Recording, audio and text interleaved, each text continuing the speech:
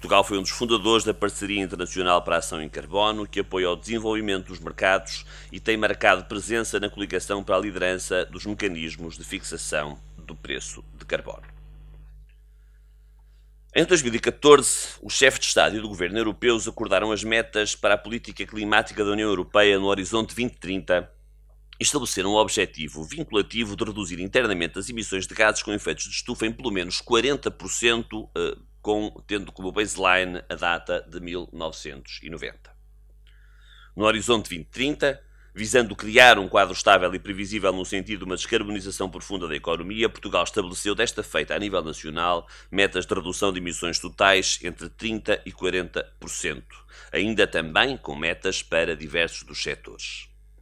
Portugal tem um registro muito positivo na implementação de políticas de redução das emissões e aprová-lo é o cumprimento do seu compromisso com Kyoto. O Governo, e muito em particular o Ministério do Ambiente, assumiu a descarbonização da sociedade como uma das prioridades da sua ação política. Promover o desenvolvimento de uma sociedade resiliente e de baixo carbono, assegurando uma trajetória sustentável da redução das emissões nacionais de gases com efeitos de estufa, é um dos pilares da nossa ação política. Neste campo, assume especial importância, como já referi, o setor dos transportes, que representa 24% das emissões nacionais.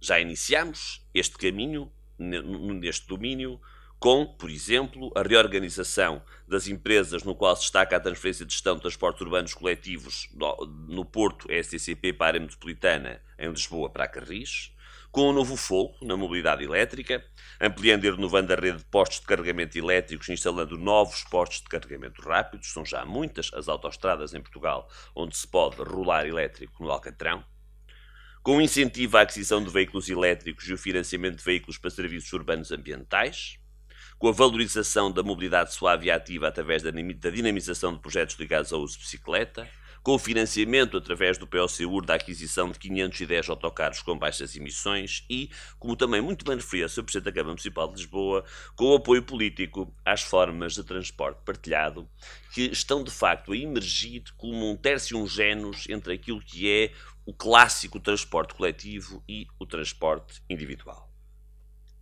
A descarbonização dos transportes continuará a ser a nossa aposta. É por isso que elegemos os investimentos na expansão das redes de metro e de Lisboa e Porto como prioritários. Acreditamos ainda que as cidades, por serem espaços de integração de políticas, são determinantes na descarbonização da economia e podem ser o centro desta mudança. Aqui se concentra a maioria da população portuguesa e, por conseguinte, o tecido empresarial e o maior consumo de energia e de materiais.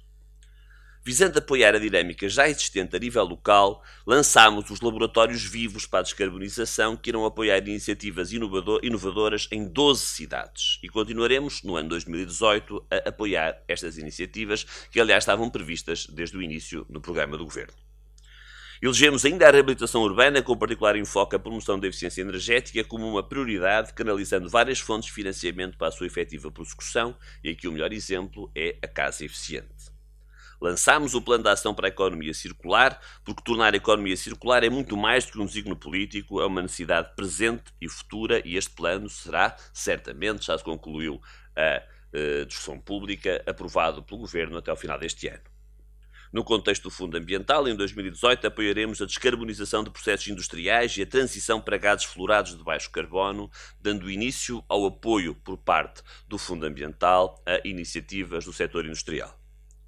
No contexto da adaptação às alterações climáticas, tem particular importância a concretização de medidas de prevenção, proteção e adaptação dos territórios, medidas essas transversais a todos os setores da economia.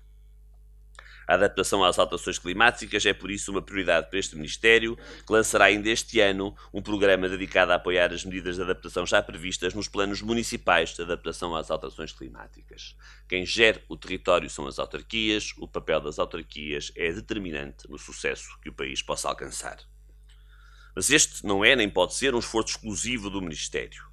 Para a coordenação da atuação do Governo em matéria de política climática, foi revitalizada a Comissão Interministerial para o Ar e as Alterações Climáticas, que tem estado muito ativa na discussão destas matérias.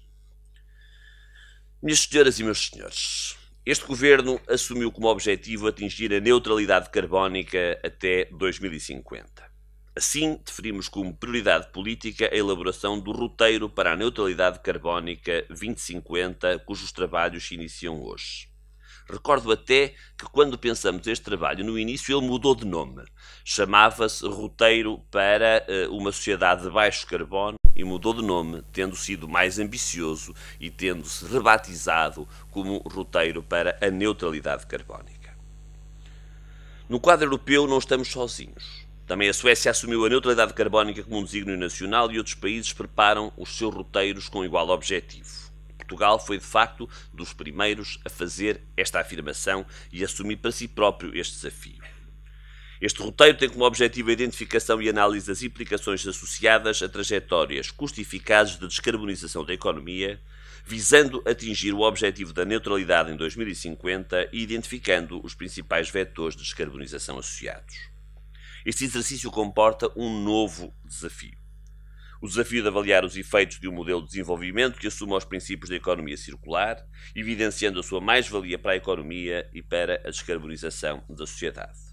O roteiro levará em linha de conta a reflexão já efetuada no contexto da revisão do PNPOT, incorporando, com certeza, a dimensão territorial no exercício a desenvolver.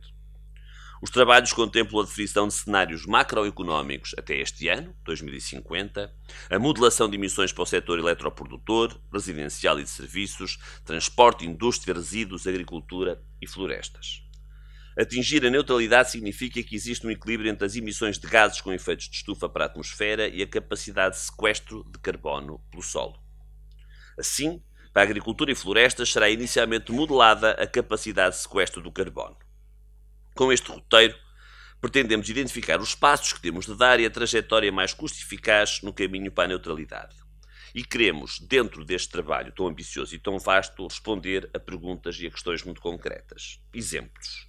Qual o contributo relativo dos vários setores de atividade para estas trajetórias? Em que setores é mais custo-eficaz a descarbonização? Qual será a configuração do sistema energético nacional em termos de características técnicas e de custos? Poderemos, em 2050, ser 100% renováveis? Qual o papel das novas formas de mobilidade, particularmente a mobilidade elétrica e a mobilidade partilhada?